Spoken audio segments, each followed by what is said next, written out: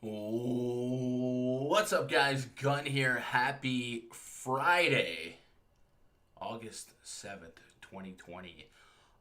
This baseball video is being live streamed way earlier than I intended. I couldn't fall asleep. So I figured to not put stress on me later in the day, I just knock it out now and then go to sleep. Since basketball is kind of a later lock today than usual, I just sleep in a little bit, right? And might as well get this baseball content out earlier, give it a little bit more soak time. I'm Gun, twitter.com/GundaggerSports. If you guys are new to the channel, what you see on the screen is RunDFS.com. That's the place where we don't just play DFS, we run DFS. And I mean it, man. We have a beautiful community of grinders, all different bankroll levels, just crushing it. All the different sports right now, NBA, baseball, and NASCAR's flirting around. We're going to have NFL really, really soon.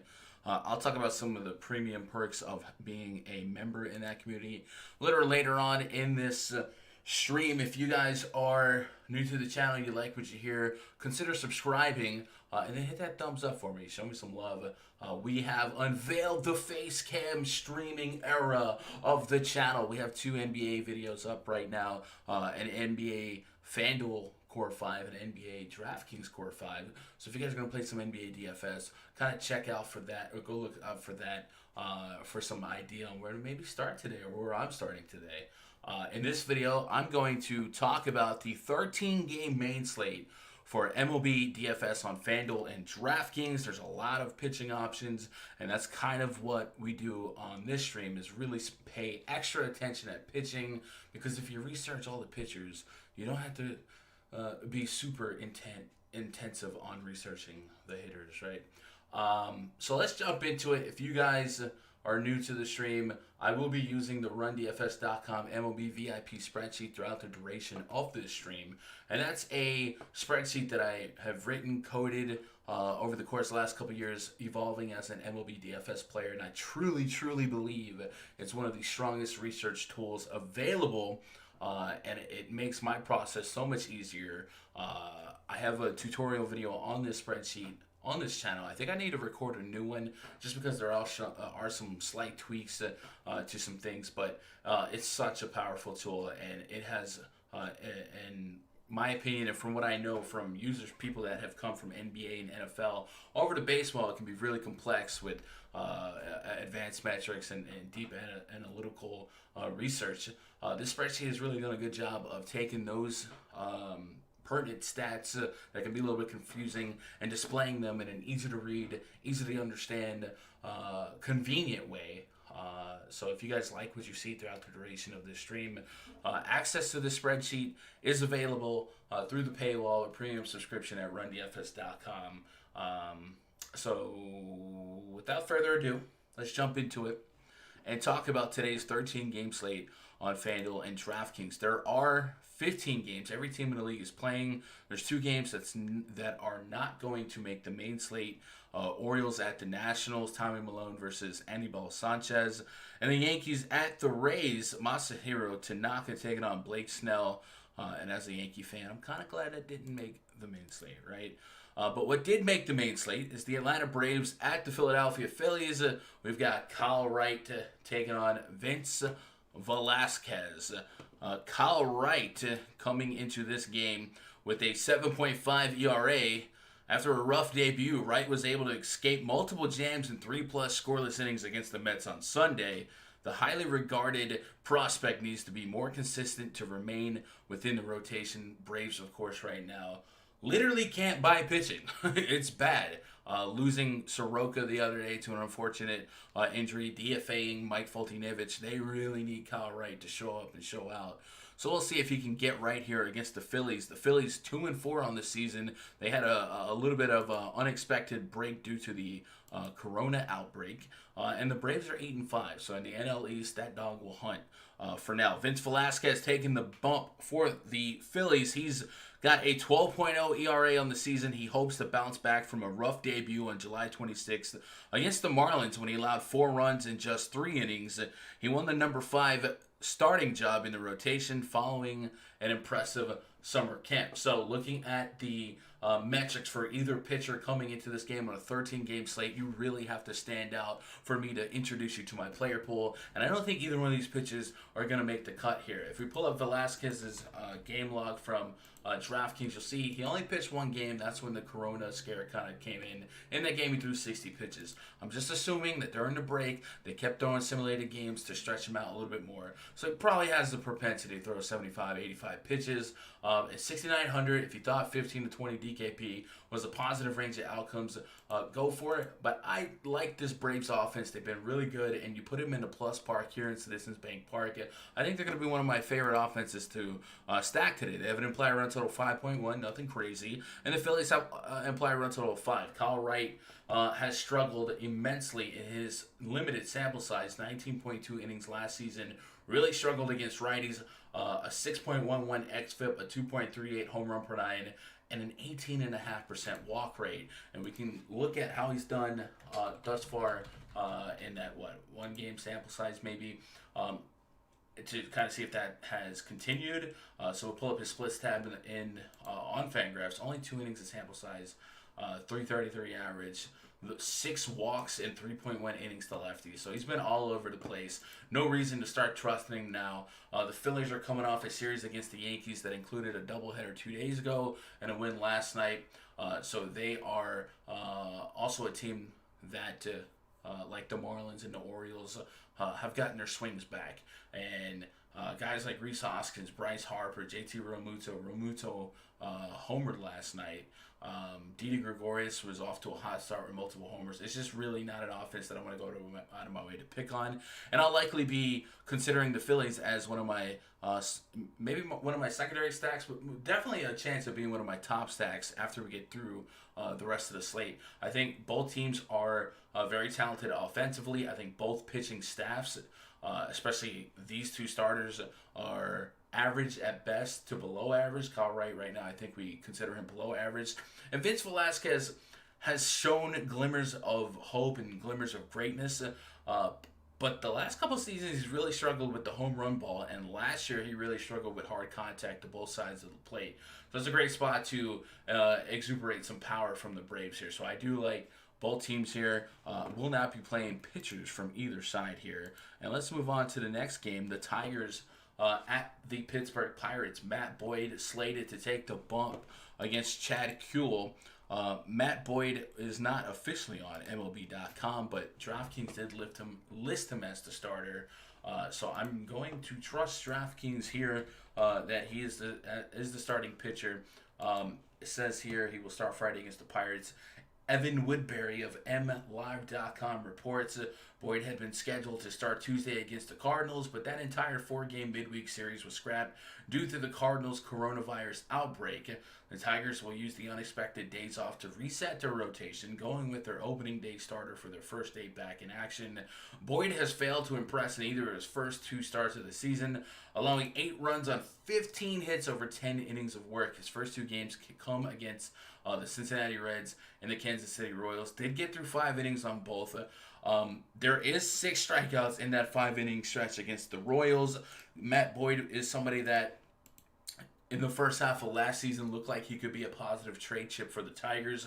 Had a 14% swinging strike rate last year. If we go to that pitching chart on FanGraphs and we go back to the 2019 season and then we go to plate discipline and sort it from highest swinging strike rate to lowest, just out of the entire league, Matt Boyd was right up there with some really, really sharp company names in terms of swinging strike rate. He was 8th in the league of qualified innings pitched in terms of swinging strike rate, 14.1%.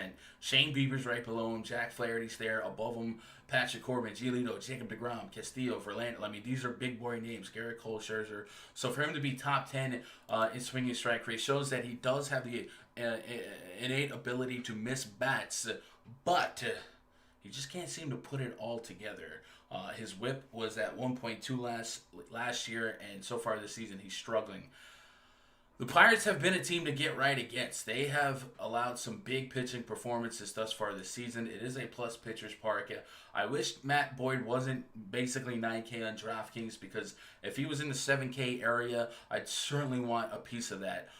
There are some K rates on the Pirates in this projected lineup, like Josh Bell, Colin Moran, Brian Reynolds, Cole Tucker, Eric Gonzalez. They strike out 1 in 4 times, 1 in 5 times or better. And yeah, there's some low K rate numbers as well. But generally speaking, there's not a lot of power in this lineup. Only Kevin Newman, Josh Bell, Brian Reynolds, and Jacob Stalling slug over 400, not 500, 400. So it's not a lot of power either. So I definitely think that like there's a range of outcomes where that swing and strike rate comes together. Matt Boyd can come together and have himself a super solid start against a slow out of the gate Pirates team. But 89 is a little bit uncomfortable to be over invested. I think Matt Boyd would somewhat be reserved in my lineups for bigger field tournaments. You know what I'm saying? Like some of those 80,000, 100,000 entry type fields.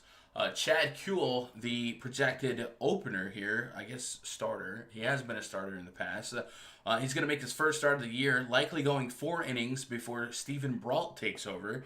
Kuhl has pitched well so far this year, though his last outing was cut short when his fingernail dug into the cuticle of his right index finger. So him being an opener with limited innings pitched, probably 4, as MLB.com suggests, at 7.4K on DraftKings, there's probably no real need on a 13-game slate to take a shot on that. So I won't. FanDuel 5.5, you can get really, really cute. No need for that as well. 13-game slate. There's really no need to pinch pennies at pitching because you have all the options in the world for batters, and there's going to be plenty of value today. So no Chad Kuhl for me. Matt Boyd's curious. If I don't like the rest of the slate, I might circle back to Matt Boyd, but I would also just like to see him get right before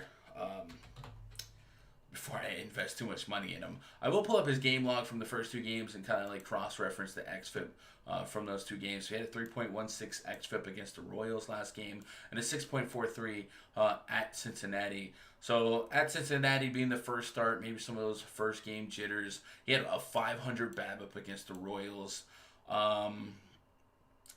The walks, there was no walks in that last game, 6 strikeouts. So maybe last game he just got a little bit unlucky, giving up 4 unearned runs with a lower xFIP. So the tournament mind in me says that maybe I'd take a shot.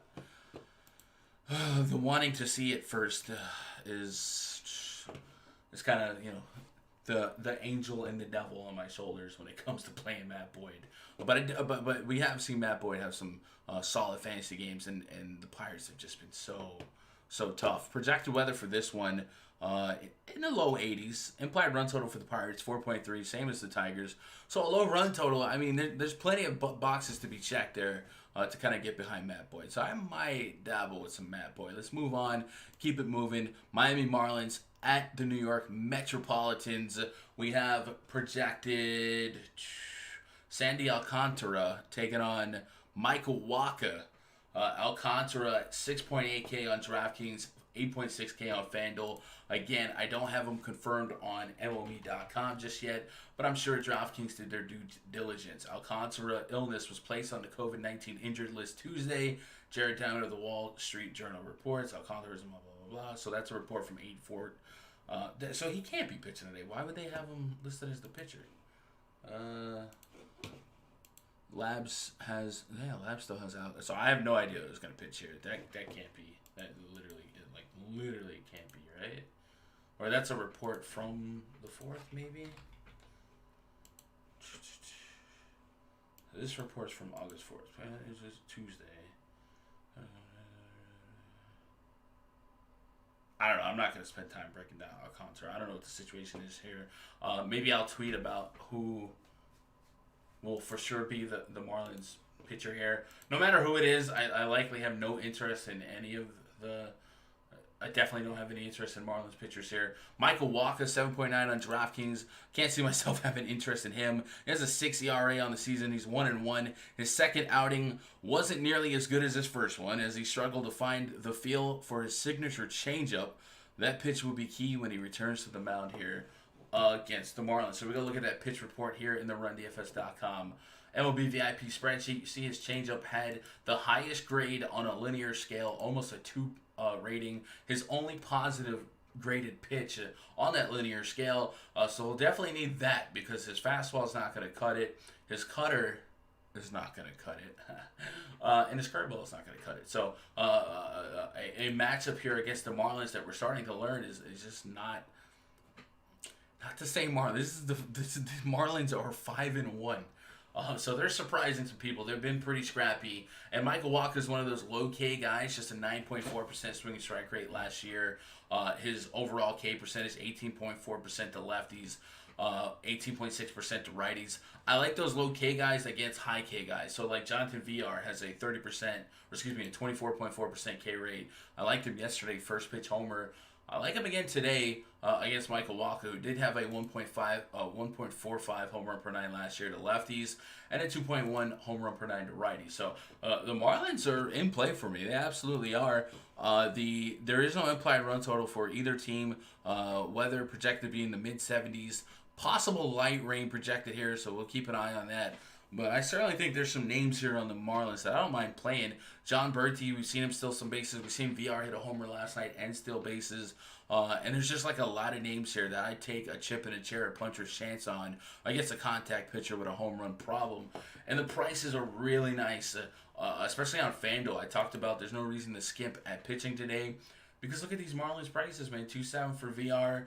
Showed a little pop yesterday. He's got some speed. We know that. Bertie's 2.2. I'm not saying full stack the Marlins, but we can easily identify a couple of these guys as potential value plays. So no reason to spend down at pitching if you can help it, right? Absolutely no Wacha for me. Depending on who the Marlins throw out, I think the Mets are an interesting combination of bats. They did lose Yoenis Cespedes. Robinson Cano is down as well. So it does get a little bit weaker perceptually. But they could potentially have Brandon Nimmo, Jeff McNeil, Peter Alonso, Michael Conforto, and then guys like Ahmed Rosario, J.D. Davis have shown worth in their own right, and Dom Smith. So I'm curious to see who the Marlins do end up throwing out. It seems like it wouldn't be Alcantara. It shouldn't be. But I don't have a name to fill in for right now. So that's what you get when you do a 5 a.m. stream, right? No Wacha for me. Let's move on to the next game. The Red Sox hosting the Blue Jays. We got Tanner Roark projected to go up against Ryan Weber. Roark is 1-0 with a 1.8 ERA. He's coming off a long layoff, having not pitched since July 28th in Washington, where he struck out 5 over 5 innings of one-run baseball. But it is worth keeping an eye on his control early after the postponed series against the Phillies pushed back his schedule.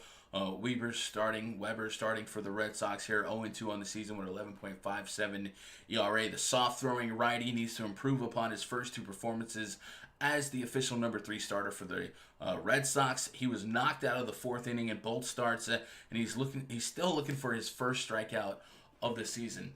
That's not what you want. He came into the season with just a 5.9% swinging strike rate in 40 innings pitched, so it's not like he's regressed dramatically from something that he was. The Red Sox are at their wits' ends when it comes to finding some people to fill in, eat some innings for him. And here's a guy that did rely heavily on a ground ball last year, a 55% ground ball rate, but that's going to offer an elevated average allowed to both sides of the plate, particularly to lefties. A 317 average allowed last year to lefties, a 5.53 xFIP, high line drive rate. The hard contact was well below average. But this is a strike throwing dude that's going to dare you. And it's a Blue Jays offense that I like some pieces from. Bo Bichette's a guy that I played last night. I was happy. Kevin Biggio, I don't mind him. Vladimir Guerrero hasn't seemed to live up to his potential and all the hype, but we know he has power. He has a near 40% hard contact rate, still slugging over 460, not elite, but it's enough to chip and a chair him against a contact pitcher like Weber, and we know the Red Sox bullpen isn't anything to be overly concerned about. I don't have run totals for either team just yet. Looks like temps in the low 70s. Could certainly see this game underwhelming. On the Red Sox side, MLB runs per game. I think the pitching and the lack of pitching for the Red Sox is kind of overshadowing their offense.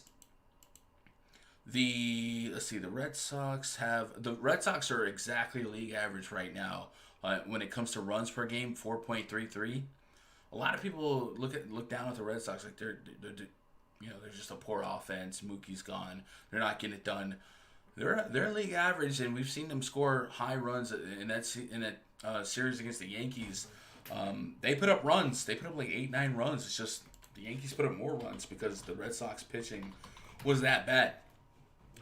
In that Yankees series, the Red Sox, or let me just say this: the last couple Red Sox games, on August 5th, the Red Sox scored 5 runs. On August 2nd, the Red Sox scored 7 runs. And I guess in the middle there is a just 1-run game. So they're kind of a mixed bag of nuts, but they still have some talent. Xander Bogaerts, Shady Martinez, Mitch Moreland has a little bit of pop if you get him in the right spot. Rafael Devers, he's a high batting average against righties. So I would say be cautious about underrating the Red Sox offense. With that said, 8,100 for Tanner Roark. If you could eat enough innings and the lineup looked positive enough where you thought 8,100 could net you 16 to 20 DKP, I'd go for it. But I also just don't feel great that he missed some time there. Yeah, he probably pitched simulated games in between, but simulated games versus actual live competition is just not the same. 5 strikeouts against Washington, and then a 4-3 ground ball to fly ball ratio, which historically, Roark's been a ground ball pitcher, more so to righties. 42% ground ball rate last year to righties, 31.3% fly ball rate. Line drive rate shot up last season to righties, and also against lefties, a 27.7% line drive rate to lefties with a 1.75 home run per 9 last year to lefties and a 5.5 xFIP. So I really don't want to look at a 1-game sample size, but I will. So let's pull up Tanner Roark, pull up his splits here from this season. I don't really care what the results are here. Like it says 2020 splits. Show 2020. Why is it? This is definitely not 2020. All right, let me re-pull it up. Old FanGraph splits from 2020. There we go. So no home runs allowed just yet. But I want to look at hard contact from that game if there was any. 40% hard contact to lefties. Okay, so the hard contact was still there. I think we still maybe chase those splits, right? A 290 average to lefties, a 5.5 xFIP, a 1.75 home run per 9. That's Devers. That's Mitch Moreland. That's maybe Benintendi, Alex Verdugo. Let's go check out this hitter rating chart. Check out the bomb rating. I would assume a guy like Mitch Moreland or Devers creeps his way up there. Any Boston guys up here? Control F, Boston. Top Boston guy was Devers with a 3.75. I'm a little bit surprised it's not a little higher, but yeah, I'd gladly introduce those guys to my pool here. I would like to feel a little bit better about pitching Tanner Roark just because we have seen a couple pitchers do okay against the Red Sox, but I probably don't push the issue just yet. And what was that? What did we say his xFIP was from those first? He had a 3.5. So his underlying metrics in that first start really weren't that bad. BABIP wasn't that crazy low. I'm watching Tanner Roark as we move forward, but I don't think this is the spot where I'm going to jump on just yet. And I'm definitely not playing Ryan Weber. I can unload against Weber. I love this Blue Jays team. There's going to be a slate soon that the Blue Jays win. I don't know if this is going to be the one, but this is a plus park, Fenway. You put them in a somewhat heavy strikeout team, right? Kevin Biggio, 27%. Heck, Bo Bichette was a 1-4 K rate.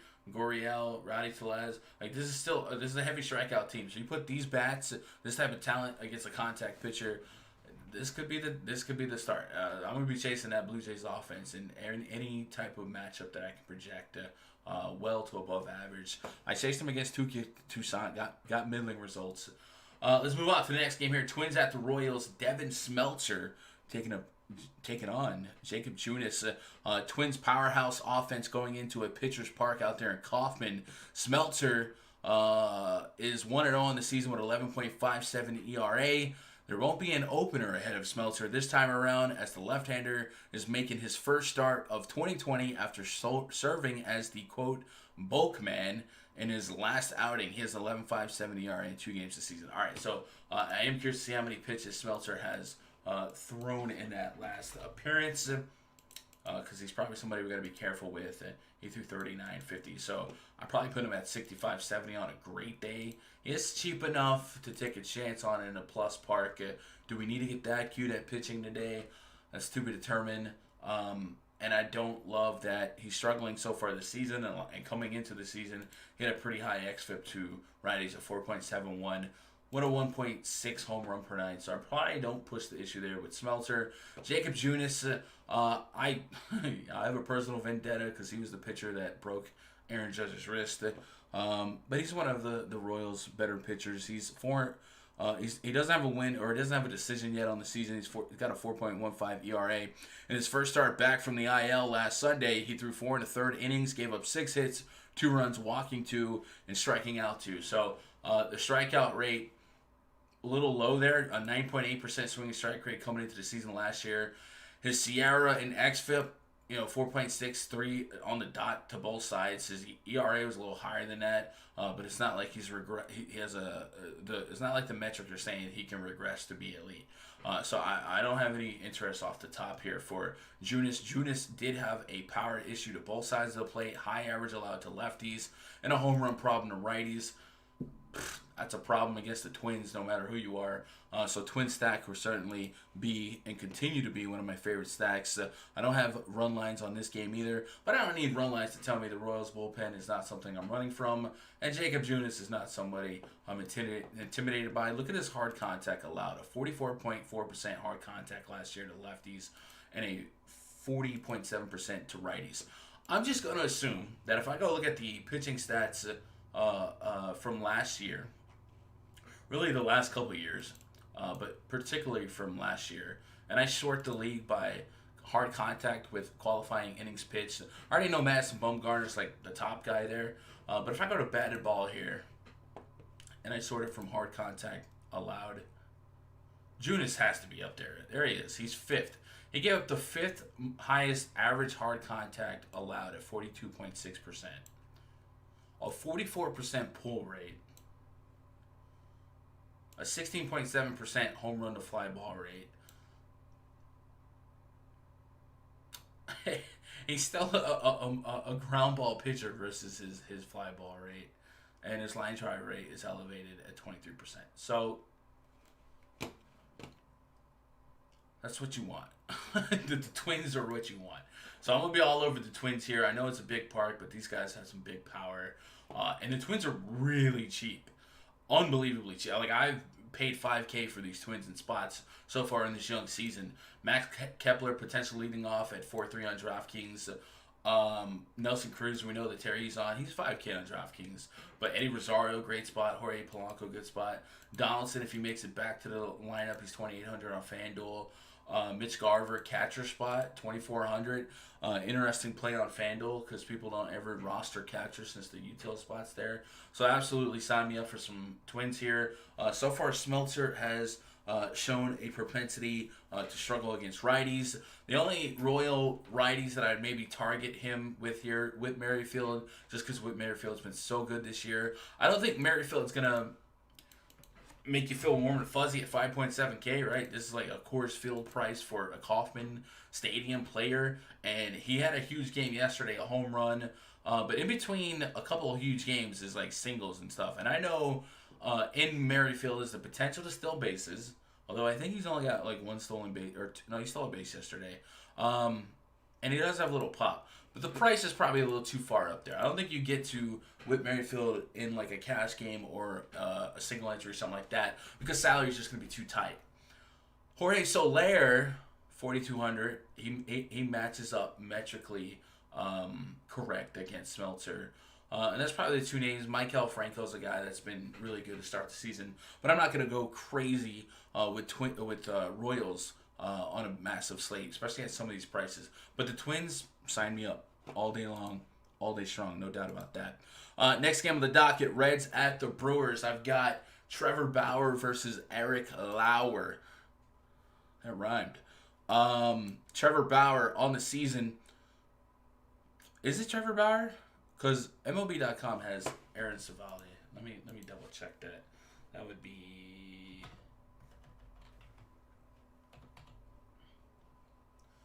So DraftKings has Bauer probable.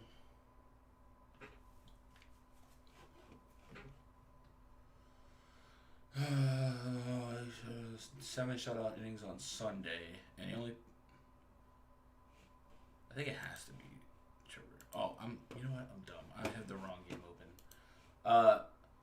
Let me pull up the Reds game. I accidentally clicked the Indians card here. I'm dumb, and he used to play for the Indians. Okay, I'm stupid. Trevor Bauer 1-0 with a 0.68 ERA. He's coming off a 7-inning complete game win over the Tigers in the second game of a doubleheader. He retired his final 13 batters in a row following a third inning walk to Miguel Cabrera, who'll be up against Eric Lauer. Lauer is going to make his first Brewer start in his second appearance. He hasn't pitched since the third game of the season, a 6-strikeout, 8-out relief outing against the Cubs. 6 strikeouts. That seems a little bit higher compared to the Eric Lauer I remember. If my memory serves me correct, I think this dude used to play for the Padres, right? Let me pull up his card on FanGraphs. I didn't remember him as a strikeout guy. Padres, yeah, he used to play for the Padres. So let me pull up his splits historically, 2019. Actually, if I just look at last year, he had a 8% swing strike rate. So it sounds like those strikeouts might have been a little bit fake. Maybe I go to that game log and see if they were. He had a 21.7% swing strike rate. Are you kidding me? 70% first pitch strike. Cubs, what were you doing? Was there anything different? Why was he pitches fastball cutter? Let's go to the pitch report. Fastball cutter. Maybe he threw the cutter a little bit more. 33% on the cutter. 8% on the curveball. 2% on the changeup.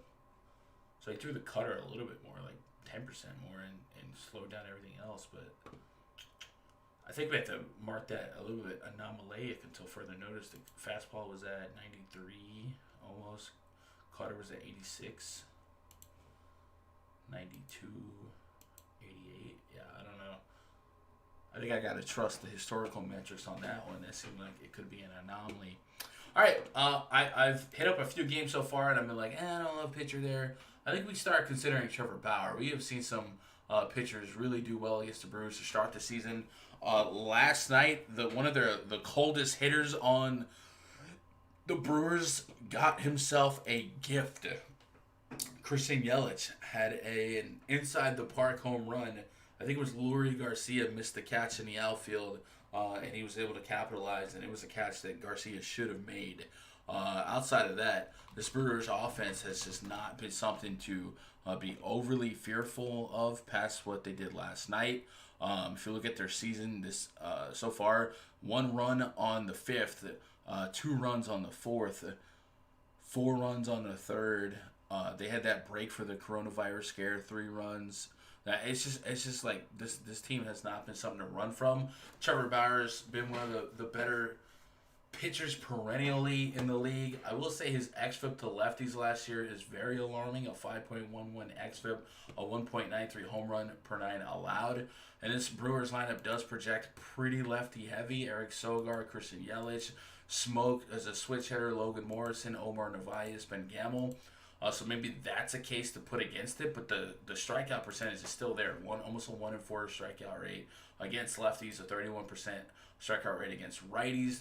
The ground ball rate's low against lefties too, so maybe there's a case to be made that some of these lefties should wake up. But man, Bauer's one of those guys who has 8 million pitches in his arsenal. He studies the game like a big baseball nerd does, and he's just really smart when it comes to the game of baseball. So certainly somebody I would have exposure to today. The flip side is it is a hitter's park, Miller Park. So yeah, but I'd have more Bauer than Brewers stacks. Brewers have an implied run total of 3.9. A 3.9 run total in Miller Park just doesn't really happen. So it kind of tells a story on how the Brewers have played, how poorly they've played, and really how good Trevor Bauer's been. On that same token, the Reds only have an implied run total of 4.2. You feel like that could be a little bit higher considering the park. Going against a guy like Lauer, who's historically been a contact pitcher that allowed elevated averages to both sides of the plate, especially towards lefties. This might be one of those sneaky Joey Votto spots. But xFIP's been pretty high to both sides of the plate. So if you're going to allow this team to put the ball in play, he is a lefty. Nick Castellanos, Eugenio Suarez, even Matt Davidson. Like, there's some lefty masters in this Reds lineup. That'd probably take a shot out here. Chip it a chair, puncher's chance in a plus park. Neither bullpen has been sturdy, to say the least, to start the year. So I would probably have supplementary red stacks in my player pool. Castellanos, Suarez. Votto, if you want to take advantage of those lefty-lefty splits, then get into the bullpen. Phil Irvin projects well, right? Not a deep sample there, but 291 average against lefties in the last 2 seasons of accumulated stats, slugging over 500. So I don't mind looking his way, but I think the 1 through 4, maybe 1 through 5, is where I'm at on a potential red stack. Let's move on to the next game. This is where I had the Savale Dylan Cease matchup. MLB.com as of now. Okay, they list them both. Savale 1-1 on the season with a 3.75 ERA. He's recorded 9 strikeouts in each of his first 2 starts this season, but his quality start against the Twins on Sunday was wasted due to a lack of run support in the 3-1 loss. He'll be up against Dylan Cease. He's 1-1 with a 6.48 ERA. He bounced back from a rough opener against the Indians by shutting down the Royals over 6 innings on Sunday. He struck out 4, walked 1, while allowing 2 earned runs in the victory. So it seems like you could look at Savale a little bit more than you could look at Cease, just based on their underlying metrics and what they're bringing to this game. With that said, White Sox have been just one of my Cinderella teams that I've been stacking consistently. I love what Luis Robert's doing. Yohan Moncada, Jose Abreu, Yasmani Grandal. Those are all names that I've been playing. I love the Robert Moncada handcuff. Like, that's been so good for me. So I don't have like the warm and fuzzies on playing Savale here, but I do want to pull up his numbers here to see if these strikeouts are justified, to see if his xFIP agrees with the results, right? I don't like to be results orientated on a short sample size season. But if we look at the first 2 games, he had a 12.3% and a 16% swinging strike rate.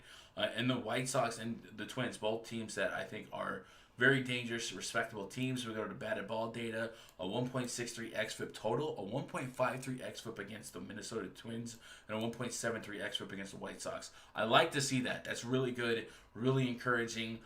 Ground ball rate has been wishy-washy, just 23% against the Twins, 50% against the White Sox. Again, we don't go crazy over this 2-game sample size, but the xFIP is encouraging. The Sierra's down as well, 2.26 in that game, 1.63 against the Twins. So if nothing else, it's an improvement over his Sierra and xFIP so far last year.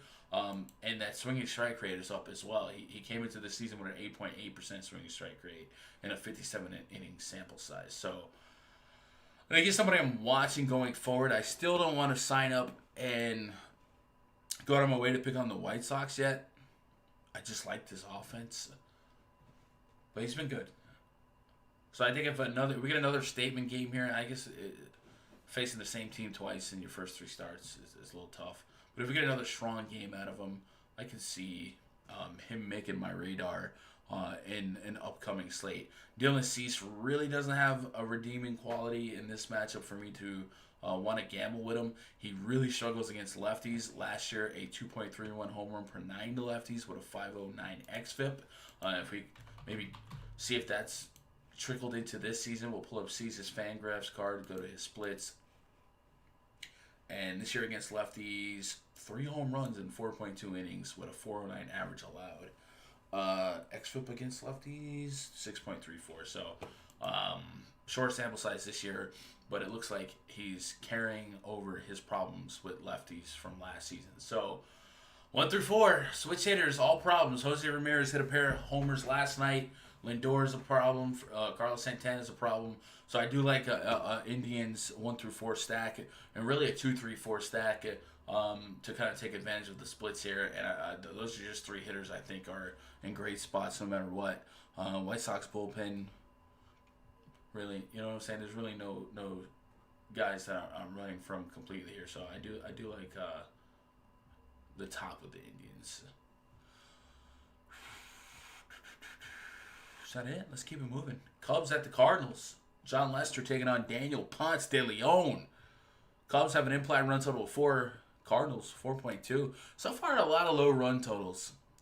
John Lester is 1-0 with a 0.82 ERA. He's going to make his third start of 2020 after allowing 1 run in 11 innings over his first 2 outings. He has made 20 career starts against the Cardinals, and he boasts a 2.62 ERA, 9 appearances at Busch Stadium. Ponce de Leon will resume the Cardinals' schedule after being the last starter before the layoff. In his first start of the season on July 29th, he struck out 8 Twins in 3 2/3 innings, but he was handed a 3-0 loss after 3 walks and a home run. He has a 6.75 ERA. Again, just one game, so we don't need to overreact to that one game, but we do have his metrics coming into the season, an over 4.5 xFIP to both sides of the plate, and he gave up some power to righties, a 1.84 home run per 9. With that said, his hard contact rate to righties was 33.3%, which is below average, way below average. I won't say way below, but it's well below average. And his ground ball rate was 14% higher than his fly ball rate. So do I think there's some room for regression for De Leon's home runs to righties? Yes.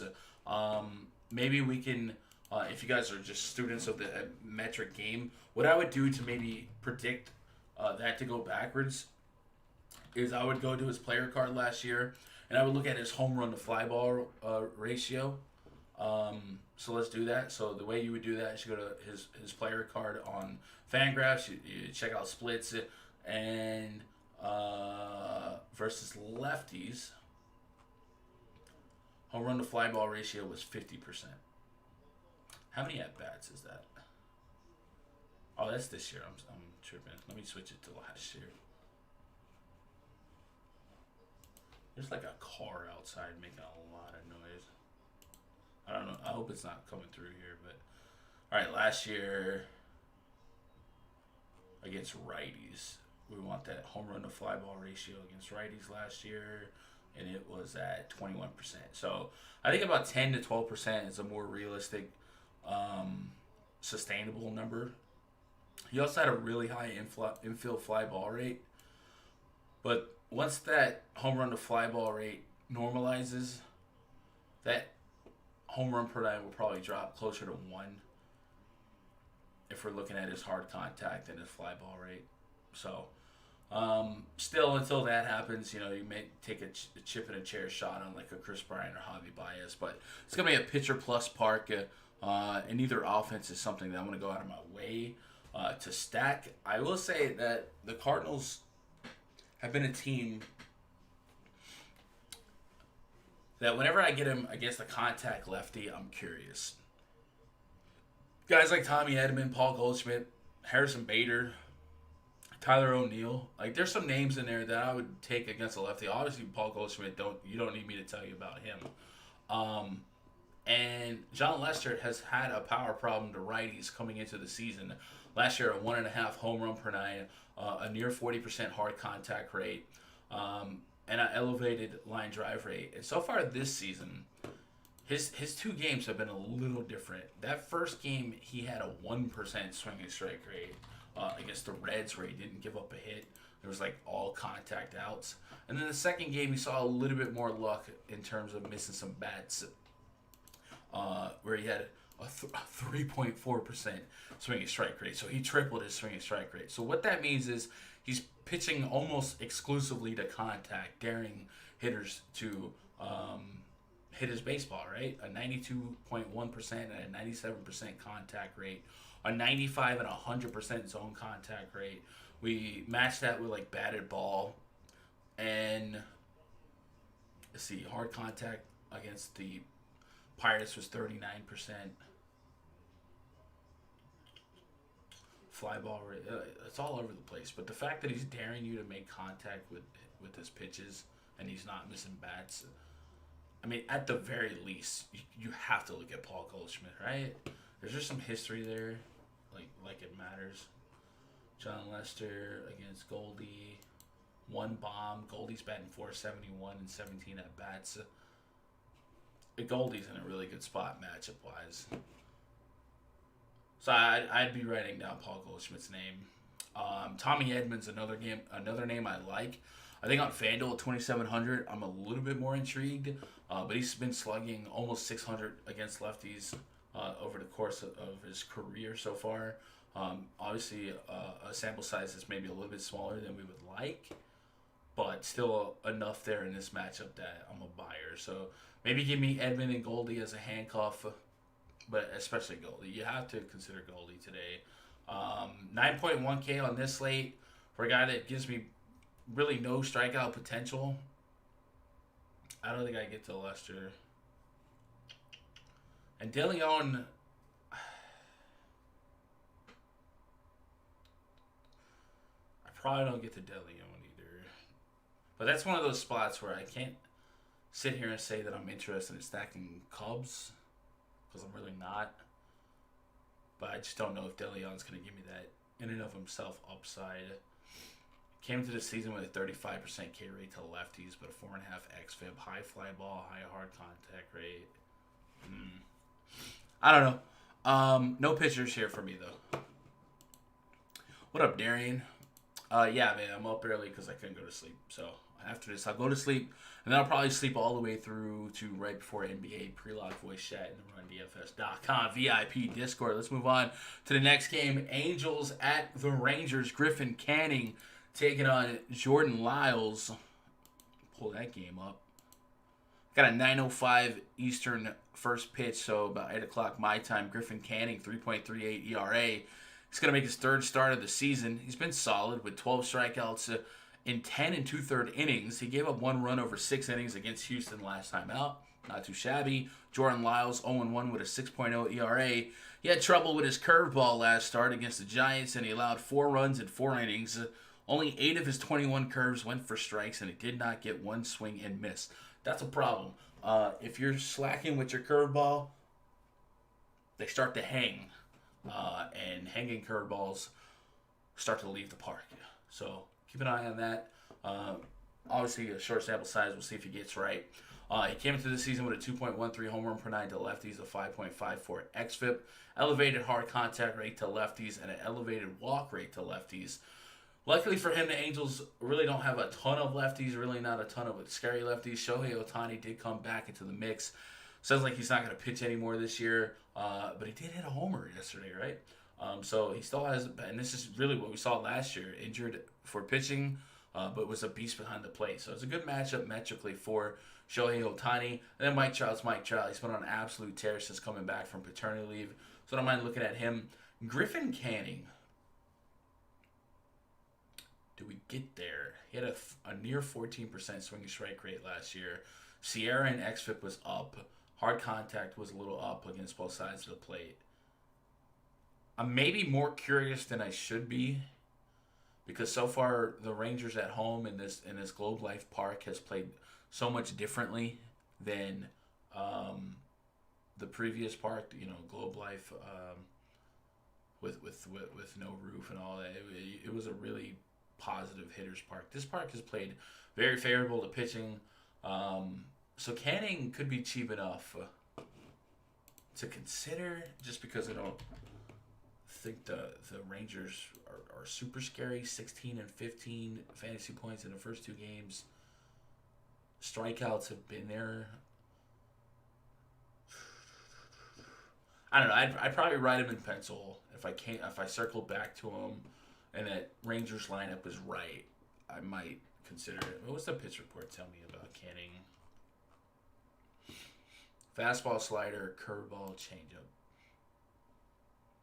So it's going to throw a lot of that slider. A lot of the Rangers have negative grades against the slider. Joey Gallo and Shin-Soo Choo have barely above average ratings. Kind of the same with the curveball. So pitch report's kind of liking Canning. The Rangers offense has been off to a really slow start. I might put him on back pocket as like a. So I like to turn my pitchers green, yellow, and orange. I might start him off as an orange and see if he finishes the day even in the pool. But I think there's a case to be made. A couple starts here. I like his offense to give him a chance at the win. And he threw 86 pitches last game. So maybe 90, 95 if he's really cruising. Let's move on to the next game. Padres hosting the Diamondbacks. Luke Weaver taking on Zach Davies. Luke Weaver has a 14.73 ERA to start the season. He's trying to rebound after 2 subpar starts this season. In both of those games, he got through the first 3 innings relatively unscathed, but then he ran into the 4th, and things went bad. Zach Davies 1-1 with a 4.5 ERA. He was the lone Padres starter who did not throw in the season-opening 4-game set between these two teams. His sinker changeup combo has been mostly sharp this season, and he's walked only 1 hitter in 10 innings. So Davies is a guy that we expect to pitch more to contact and not a 13.2% K rate to lefties last year, 17.2% K rate to righties. xFIP at 4.6 to righties, 5.74 to lefties, and just a 7.2% swing strike rate. Big sample size on innings. Diamondbacks did have a big game 2 nights ago against the Astros in that Lance McCullers start, but the roof was open out there in Chase Field, and I actually I remember specifically seeing that Chase Field was not expected to open the roof at all this entire season, and then they did open it, and balls just went flying. So I don't want to chase that, because Chase Field with an open roof can play extremely hitter friendly. Now we put him out there in Petco, San Diego. It's going to play a little bit more pitcher friendly. But Davies being a contact pitcher, he's going to make some of these high K guys like Cole Calhoun, like Christian Walker, have a puncher's chance. Even Jake Lamb. He had a 1.36 home run per 9 to lefties. Maybe David Peralta gets back in the mix as well. I think he finally got on the board of home runs this past couple days as well. I don't see myself stacking D-backs, but I can see some one-offs. And the same with Luke Weaver. I just got to see it. I do believe that Luke Weaver should be better than how he's been. And maybe we just look at the game log and see if the underlying metrics say that he's a little bit unlucky. But that's just been the story of Luke Weaver ever since I've been in baseball DFS. He's just he looks good on paper, and then something falls through. He had 3.75 xFIP against the Padres in his first start, for what it's worth. A 600 BABIP. Got pretty unlucky from what it looks like. 6 earned runs. I don't know. Do I need to test it here? The strikeout stuff, his whip stuff wasn't crazy. Last year's ERA was better than his Sierra and xFIP. Not that his Sierra and xFIP are horrible. 8K on DraftKings. Can I get 16 to 20? Do I like the D-backs for a win? It's a toss-up. Probably not. I do like the Padres. Fernando Tatis, Trent Grisham, Manny Machado, Tommy Pham. Those have been the 1 through 4 that I've basically stacked on just about any slate that I can get exposure to it. There's a couple teams where the 1 through 4 I just really love. The other team I can think of is the Indians, right? 1 through 4, Cesar Hernandez, Lindor, Jose Ramirez, Carlos Santana. They just are versatile enough to get where I need them to get in certain spots. And Fernando Tatis has just been that dude for me. So I'll certainly have him as one of my favorite individual plays. I mean, this game log is just beautiful. I don't think he's got a 0 yet. Holy cow. He's an on-base monster. Has seen some above average pitching in this Dodgers series. So Luke Weaver is probably average at best right now, probably a tick below. So I like Tatis, and Trent Grisham's been tearing it up too. So give me the 1 through 4 of Padres exposure. Maybe not a full stack here, but I definitely will have them in the mix, right? Let's get on to the next game. Astros at the Athletics. Zach Greinke taking on the Bassett Hound, Chris Bassett. Zach Greinke retired the first 16 batters he faced in his previous start Saturday, allowing 2 runs, 3 hits, and 5 2/3 innings while throwing just 83 pitches. He wore down in his first start July 26th after 58 pitches. So maybe a pattern of stretching out. 83 pitches. I always try to add like 10, 15 pitches in the next start.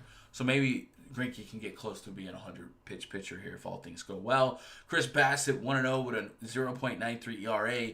He's been the most impressive starter on the A staff so far, recording a 0.93 ERA in 2 starts. He struck out 7, that's fake, in 5 2/3 innings last time in a win over the Mariners. So Chris Bassett, really not a guy that we have metrically in his preceding seasons as a strikeout artist.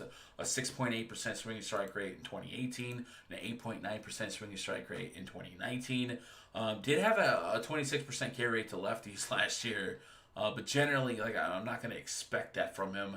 And there's very few pitchers that I'll roster against the Astros until further notice. So probably eliminate him from my consideration. He did have a high home run per 9 in lefties.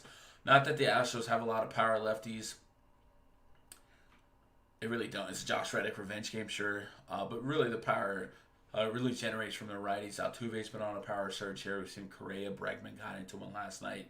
So if they can get through Bassett, maybe get to that bullpen, I'd be into it. I do think this game it probably doesn't offer a stack for me because it is one of the more pitcher-friendly parks on the slate.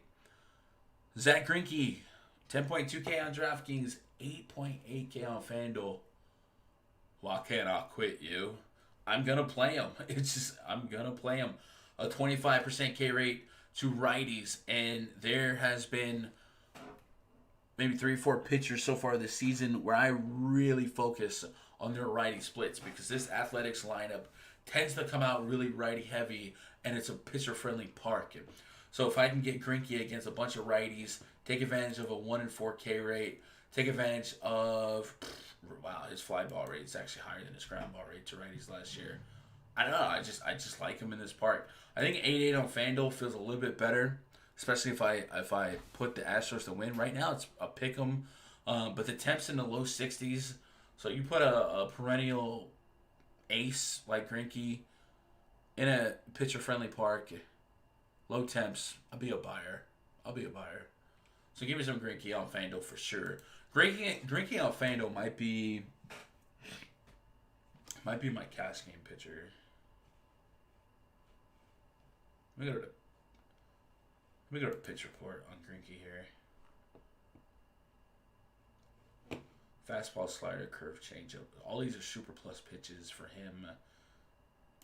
Ramon Laureano, Mark Canha project well against the fastball, but it's still a negative split. Greinke did have a negative slider coming into the season, but no one here really just crushes the slider. Yeah, I think I'm targeting Greinke quite a bit here. Chris Bassett, it's going to be a no for me. I am curious to see if his swinging strike rate is a thing now all of a sudden, because it was never a thing. Like for him to have a high strikeout game makes me like 12%, 13.6%.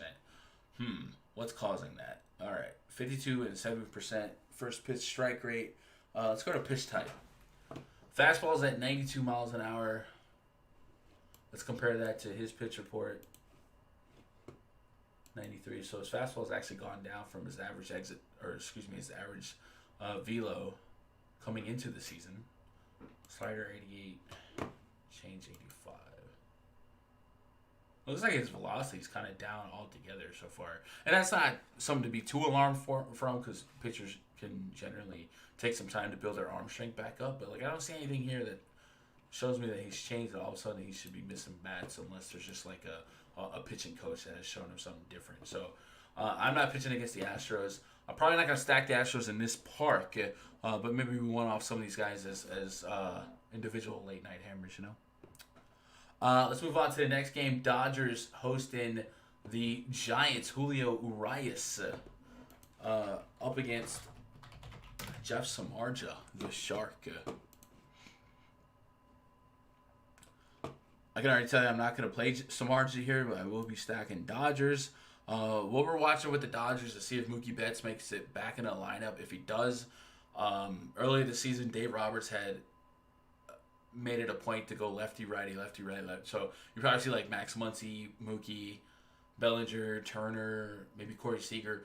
Corey Seager's been crushing it too. So already I'm chomping at the bits to get a Dodger stack exposure.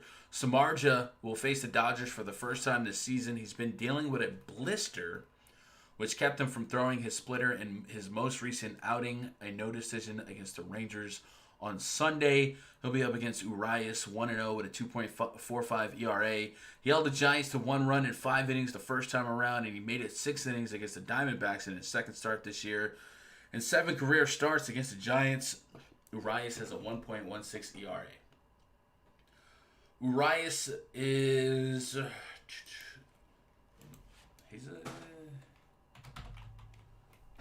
he in the pool? 9.8K is probably a little high, but a little cheaper on FanDuel.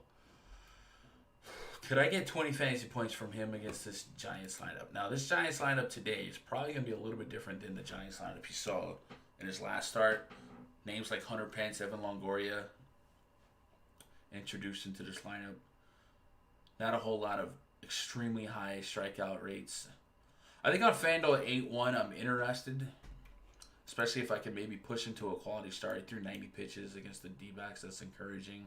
If I can get that to 100, and if he can keep those walks down, I think on FanDuel I probably have some Urias here. I don't think the price is right for me on DraftKings to feel great about it. I do like the Dodger stack quite a bit. Implied run total for the Dodgers right now, 5.7 runs. They're a minus 251 favorite. This is just a great matchup for him. Jeff Samardzija coming into the season, giving up extreme power to lefties. 2 home run per 9 in 2018, a 1.75 home run per 9 last season, exit at 5.5 to 6, almost 6.5 the last 2 seasons to lefties. And we know the Dodgers have some dangerous lefties. Muncy, Bellinger, Corey Seager. Corey Seager has been one of the league's best hitters in terms of average exit velocity, hard contact rate, all that good stuff. So he's looking a lot like the all-star Corey Seager and not like the more disappointing one from last season or so. So I like him a lot too. 3,700 on FanDuel, 45 on DraftKings. You know, he's probably got a case to be a 5K player, and he's not. So absolutely, give me some Seager. Love the lefties overall. And then, of course, Mookie Betts is Mookie Betts, so he'd be in play no matter what. For what it's worth, Samardzija has held righties to a lower average, a lower home run per 9.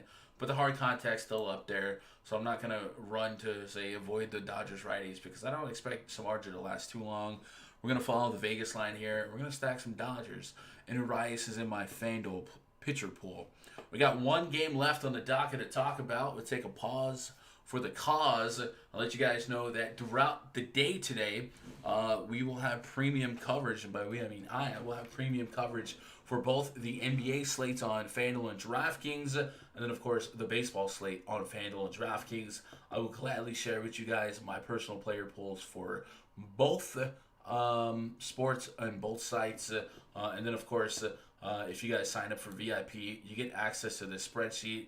And if you have access to the spreadsheet, you really don't need me. If I go into that RunDFS.com VIP Discord, which, by the way, is a perk of having a membership at RunDFS.com, you don't have to scroll too far. It seems like every night we're getting great results. And it's all different bankroll levels. Shout out to Mike last night.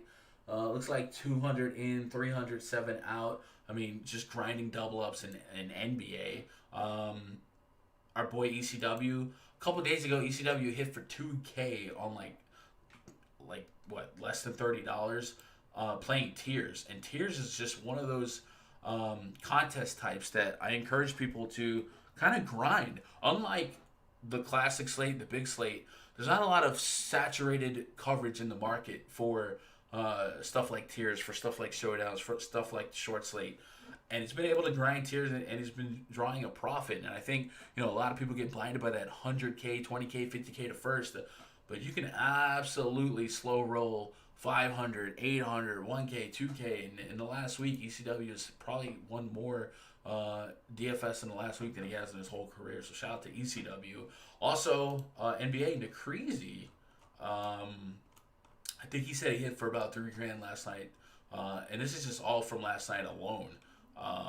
The other night we had a 20K hit And then we've got guys grinding the corridor arcade. So I just love this community that we got. They're all different bankroll levels, and it's just been very successful. What we do in this Discord, there is 24/7 chat discussion, but we do have daily voice chats. 2 hours before slate lock. So 2 hours before NBA, you'll find me in this NBA voice chat. You click on it, boom, you can talk with me, you can listen on it. Same with baseball, and then you get access to the spreadsheets and all that. So if that sounds like something you might want to try, you can go to rundfs.com, make an account, get signed up. If you have any questions before you buy, you can DM me on Twitter. The frequently asked questions is one, I don't believe in auto renewal, right? Everybody that signs up, I would say probably 95% recidivism in Vipers. They like what they see. They come back and they pay at their convenience. So you don't have to worry about auto charges on your credit card, nothing like that. I think that's kind of slimy. What else? It's just an open community, man. Everyone wants to help everyone. DMs on Twitter are open, twitter.com/GundeckerSports. And you can DM me on the Discord. I don't mind helping you. And if you need some one-on-one coach or something like that, I don't mind helping in that regard either. Main event tonight, the Rockies at the Mariners. We got Antonio Senzatella taking on Yusei Kikuchi. And I think we're going to do some digging here on Kikuchi. And I might be interested. I won't be interested in Senzatella, even though it is the Mariners.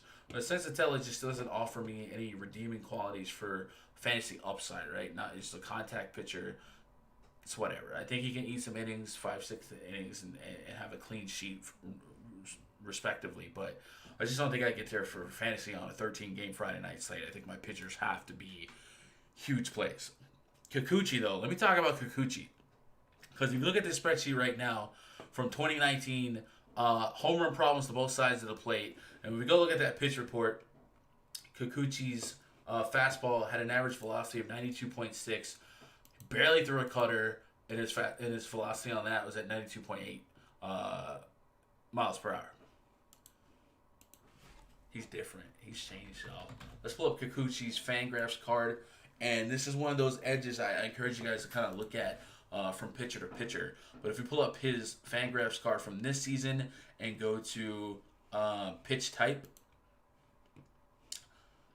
look at his fastball. His fastball is at 95.5 miles an hour average velocity. That's up 3 miles an hour from 2019, and I think he's hit like high 90s already. And then that cutter that he did not throw at all, 2.5% coming into the season, now he's throwing it 45% of the time at a 93 mile an hour velocity, and that's about the same. And that cutter coming into the season was an extremely high-graded pitch for him. There's a couple guys like that this season that I'm tracking. What I'm saying is, I think Kikuchi is in my player pool today. If we look at what he's done so far, and he's 5K, by the way. 5K. 9 strikeouts against Oakland. And that Oakland lineup is super righty heavy.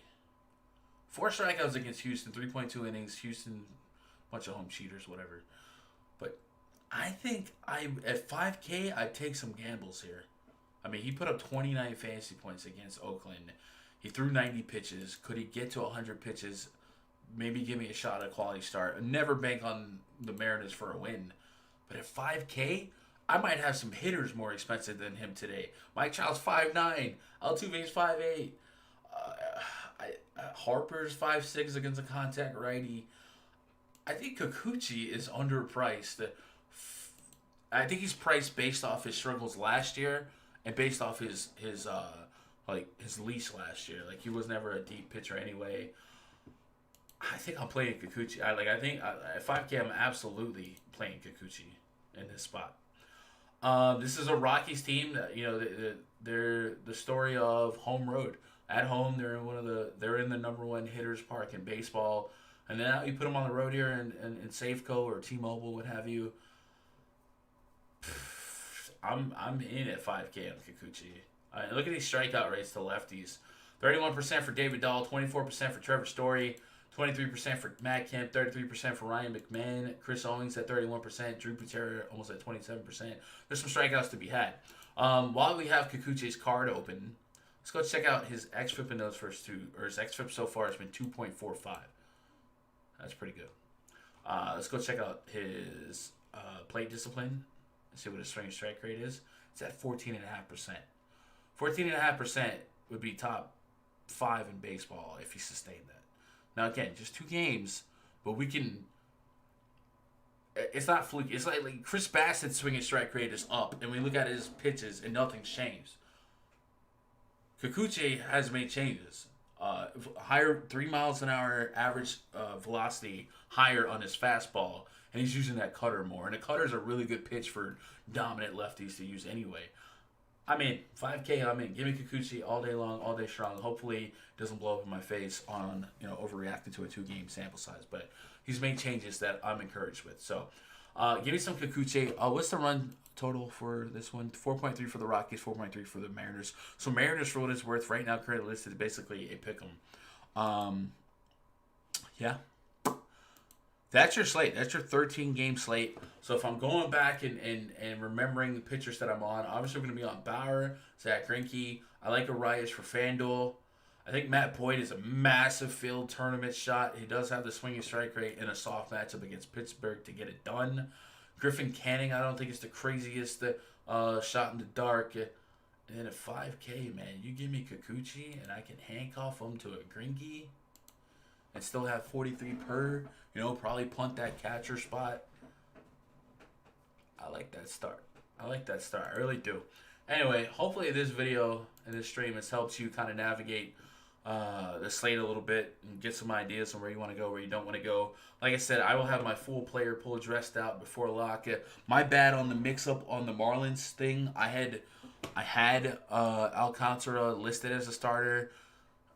He's listed as out with Corona, and I don't have an update on that, so I would have loved to have been able to kind of give you guys information on who the Marlins pitcher is and what metrics to look out for, but I won't have that. But I will have all that covered in the RunDFS.com VIP spreadsheet throughout the day, and I encourage you guys to come. I invite you guys to come be part of that. If you never tried it, $25 I think for the week pass. Get signed up. That's less than $5 a day for a full week. Right now I'm running 7-day coverage. So I think it's worth it. You get daily access spreadsheet or daily spreadsheet access. You don't even have to use my picks, my plays. The spreadsheet alone will be enough to kind of help guide you along the way. So there's that. Anything else from me? Twitter.com/GundackerSports. DMs are open. If you don't mind, hit that thumbs up before you hit the road. And if you haven't subscribed to the channel and you like DFS content, man, I've really been pushing it out in the last couple of weeks, and I plan on continuing to do that. We're trying to grow the channel, trying to get the algorithm shaken back up, so some comments would be appreciated. And check out my NBA videos today. I have a Core 5, FanDuel Core 5, DraftKings NBA first look videos, and interact with those videos. Anyways, I love each and every one of you. I'll see you guys later. I don't think I'm gonna have an NBA stream this afternoon. I like maybe small chance. I don't think there's gonna be one, but we'll see. So at the worst, I'll see you guys tomorrow for the next round of sports slates. I love each and every one of you. I'll see you guys later. Good luck. God bless.